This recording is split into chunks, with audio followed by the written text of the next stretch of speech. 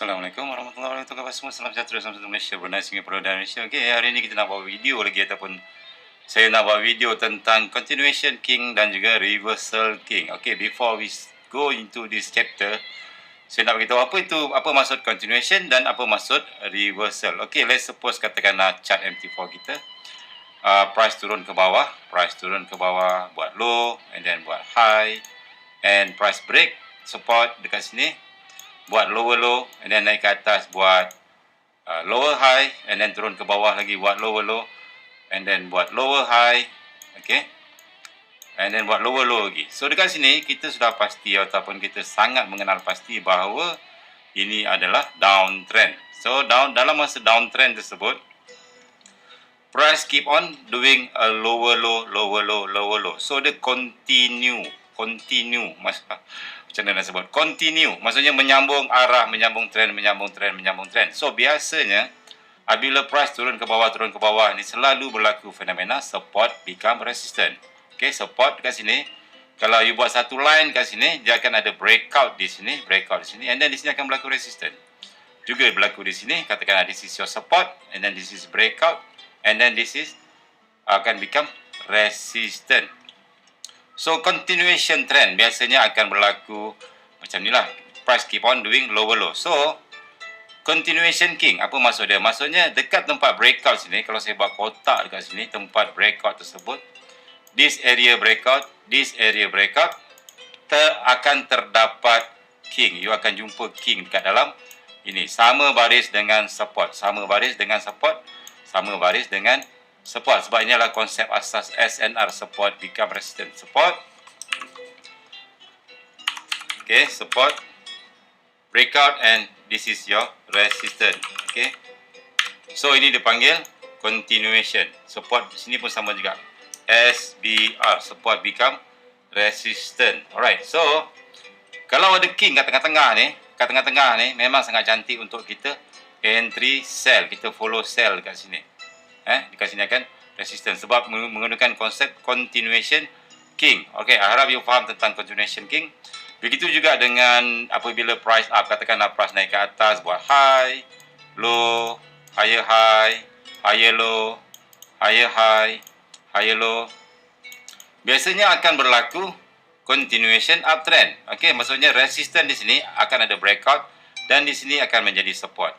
Resistance, breakout, support, resistance, breakout, support. Maksudnya dekat sini bila you nak entry dekat area support ni, you nak entry buy, apa you perlu buat ialah you perlu mencari king di kawasan sini, tempat breakout ni. You cari king dekat sini, you cari king dekat sini, you cari king dekat sini. Kalau ada king dekat sini maka valid lah you punya entry follow trend. Okey, ini dipanggil follow trend. King yang memollow trend. Maksudnya continuation king dia follow je trend. Ini downtrend dia follow je trend.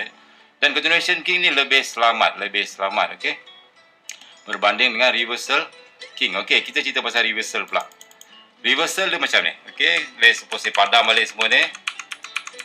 Okey, kita padam balik. Harap you faham bab continuation. I think this is very simple, very basic tentang uptrend dan downtrend.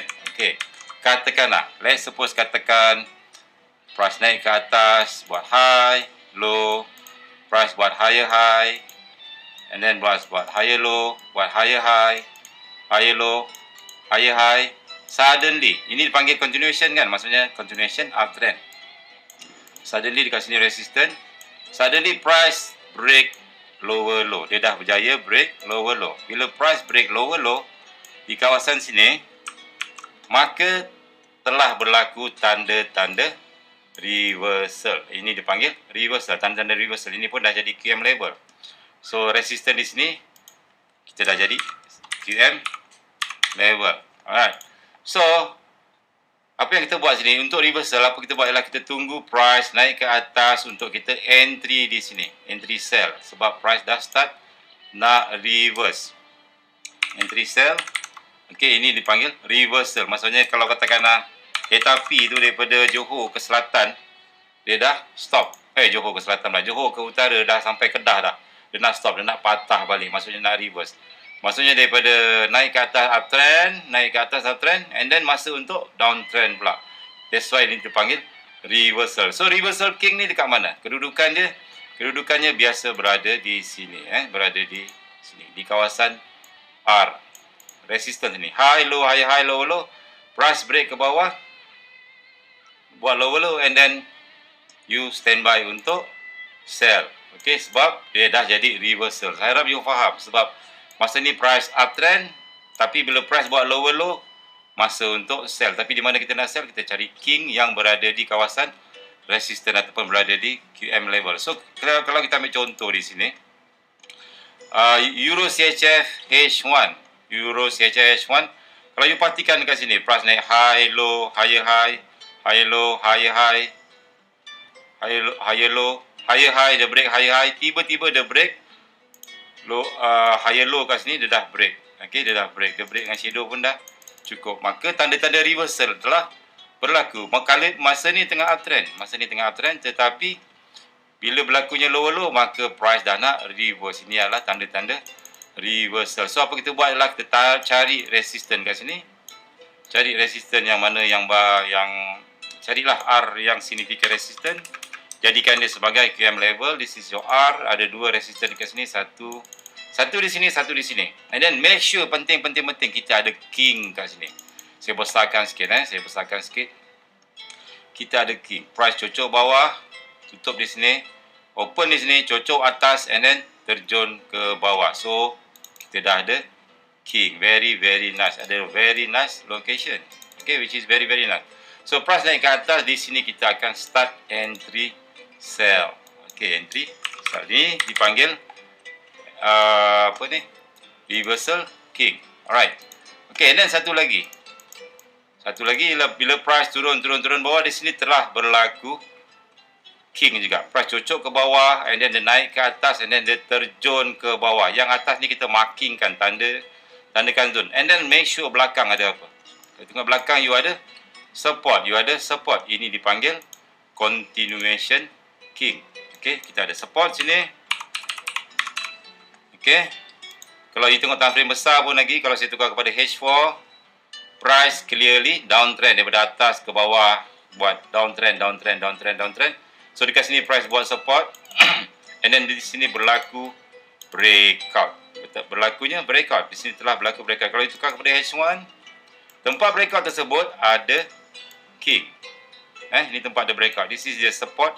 Dia kena sama this area, support ada king.